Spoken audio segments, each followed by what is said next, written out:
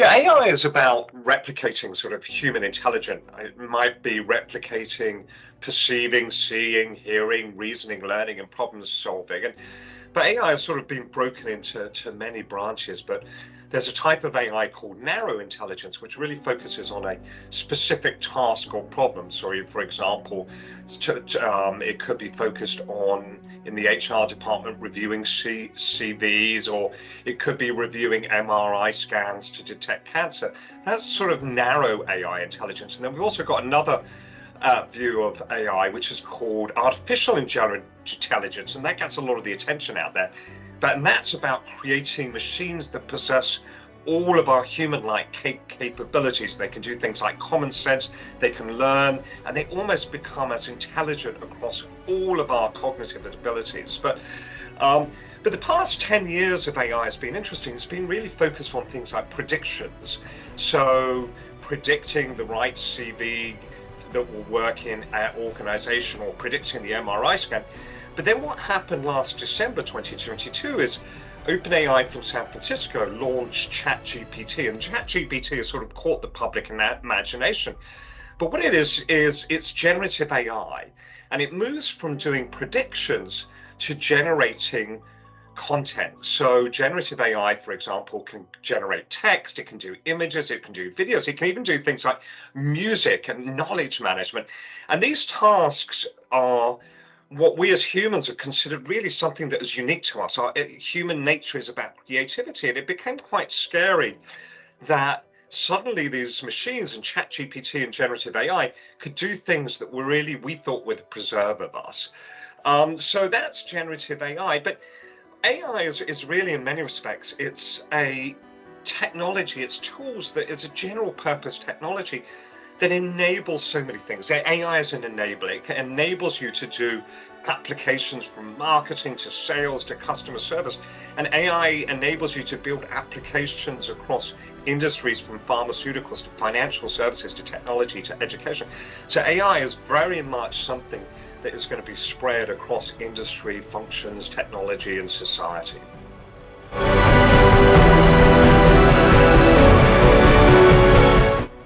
Yeah, MapQuest was one of the first internet brands, and we launched that back in early 1996. And MapQuest, what it did is it provided an online mapping service where you could get driving directions. So how do I drive between Leicester and Colchester, for example? And also you could get a map by just typing in an address. So show me an address at a certain street location and things. And it really started to bring to life for so many people the power of internet. Everyone needs maps, everyone needs directions. It's a problem almost as old as time. But suddenly you could do this, just go onto internet, type in www.mapquest.com and get up a map and driving directions. And the reaction from people was just a sort of, wow, it's a really visceral response to it. And it brought to life the power of internet. But the challenge was, back in 95, 96, there weren't that many users of the internet back there. There was maybe 40 million users globally. And then today there are over 5 billion users.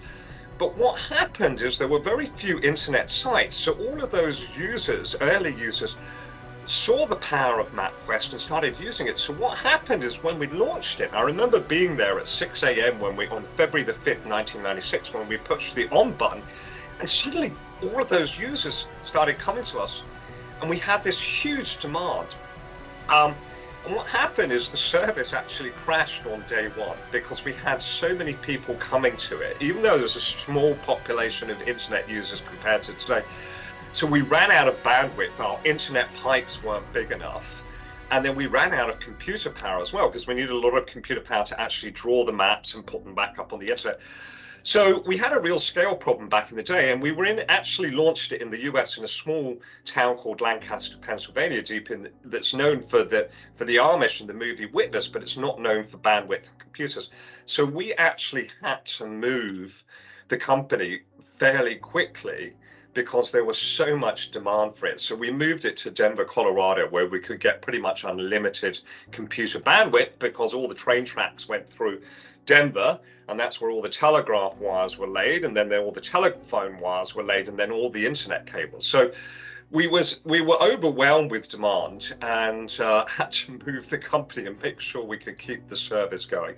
But back in the early days as well, this was before Google's launched. It's when Yahoo and AOL and some of the early brand names were tiny companies. So back then, even getting staff who knew about the internet and computer programmers who knew about the internet was challenged because it was so new and it was the early frontier days. But it was exciting at the same time.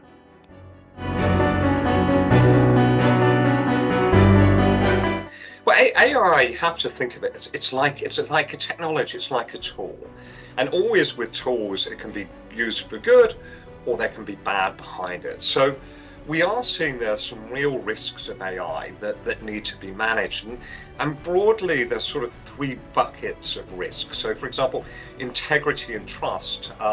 Generative AI in particular, one of the things we worry about is when you ask it questions, you prompt it, you interact with it, it's not a truth engine. So it can come up with factual errors and what people often call hallucinations. It doesn't necessarily tell you the truth, but it sounds truthful because the answers to ChatGPT and other generative AI services are so well formed and sensitive. But you also got other things with the models, that inequality and unfairness.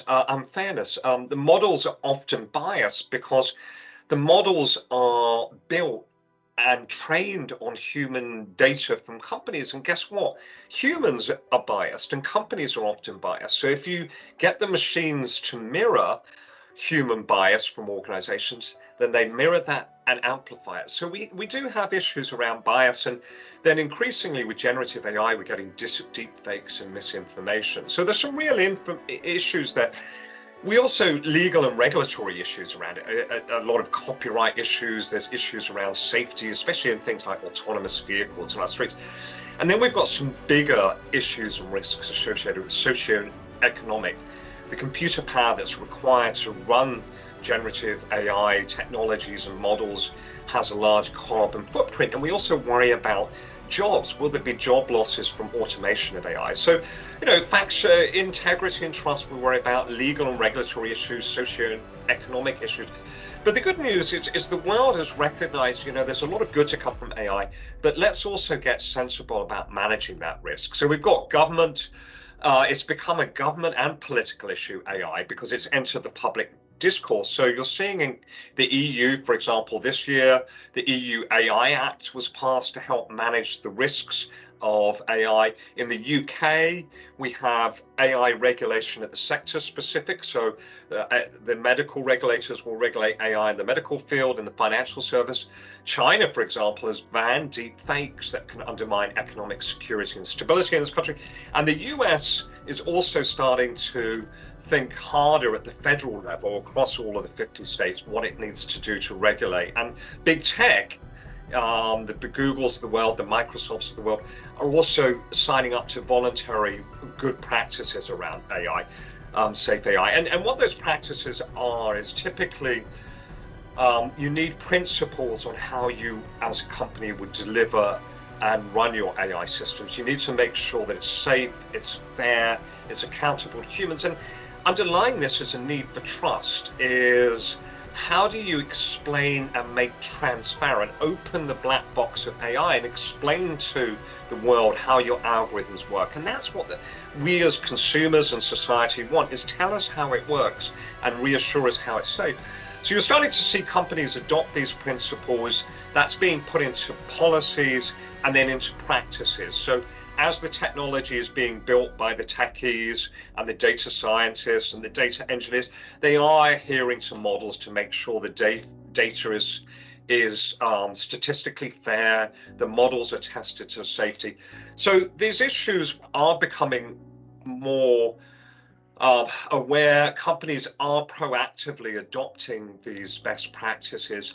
And I think it makes a lot of sense because every company is becoming a digital company, and every company now needs to worry about digital trust. And instead of waiting for regulators, companies can actually build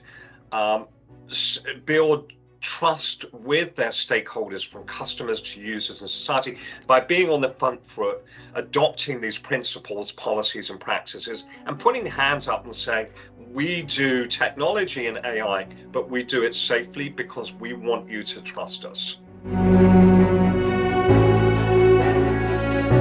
Yeah, AI is definitely going to have an impact on our daily working lives. I mean, AI will be woven into the fabric of our functions, our tasks, our industries, and it will be absolutely sort of sprinkled everywhere.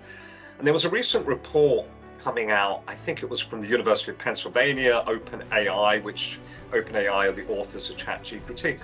And they looked at the US job markets, and what they said is 80% of US jobs will have at least 10% of the tasks impacted by, in this case, generative AI. And then they said 20% of workers across all of the US will have at least 50% of their tasks impacted. So from 10% to up to 50%. So this means the tasks, and we do many, many daily tasks, many different things. We do a bit of this, we do a bit of that, we do that. It means that everything and everyone will have some level of impact. But the best way of thinking about, in this case, generative AI, is it's really a tool to help us with our creative activities and our knowledge-based activities. So when we're writing an email, when we're writing a response for a proposal or bid proposal, or when we're writing a report or researching something or answering questions for a colleague, these are all sort of creative and knowledge tasks. And what generative AI is very good at is a first draft. So let's write the first draft of a one-page report. It's very good at doing that first draft, and then it's easy for us as humans to be a critic and edit it. It's harder to be a creator. So we start to work alongside these generative AI tools. They almost become what's called a co-pilot. They're sitting there with us, helping us create a first draft, come up with information.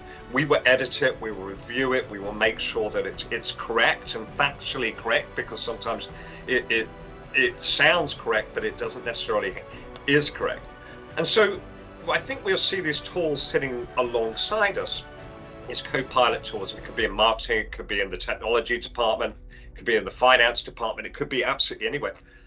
And what's interesting is I think we will see that these co-pilots will probably, in the next year or two, I wouldn't be surprised to see that there are 1 billion users. Of the 7 billion people across the planet, 1 billion will be using it, because these tools are going to be integrated into the tools that we use on a daily basis in the workforce, in our Microsoft Office 365, in our Google Documents, in our Slack, Salesforce tools. So it's going to be woven into it. But what's really interesting is the narrative around AI is AI is bad, almost dystopian, it's going to take all our jobs, or AI is utopian, it's going to solve the world's problems, cancer, environment, that sort of thing. But I think what's really interesting about generative AI is the people are starting to use it, and the studies say we're actually enjoying it. This makes our jobs more interesting. The reason is it helps us to do things that we often find difficult, like writing or coming up with a report and things. So it's really actually exciting to see how these tools are becoming our co-pilots and are being viewed with something we want to use as opposed to something that we're afraid of.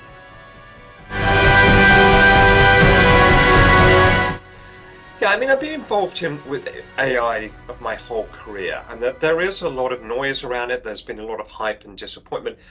But what I want to do is really help demystify AI so it becomes more accessible. And I want to pull away from the fear, the hype, and actually explain what's real and what's not, what's important, how do you go about doing it, why you should embrace it now, what you should do to be successful and not successful. And I want companies, business people, society, governments to understand the opportunities and the challenges of AI, and really to encourage people to embrace the future that's going to come from this technology. Because at the end of the day, I believe that AI and technology can be a force for good for society. But to ensure that we embrace it and it becomes that force to good, we need to embrace it safely. And so that will help businesses, societies, and government to help address real problems. It will help businesses become more efficient, societies to become more successful. We will start to address things like healthcare and democratize healthcare, education, and things. And another angle of this is, in particular, I want to see the UK become an AI powerhouse. And it's because I am British, and I do think we have such an opportunity in the UK to build on our sort of legacy of technology and AI to build a better society overall.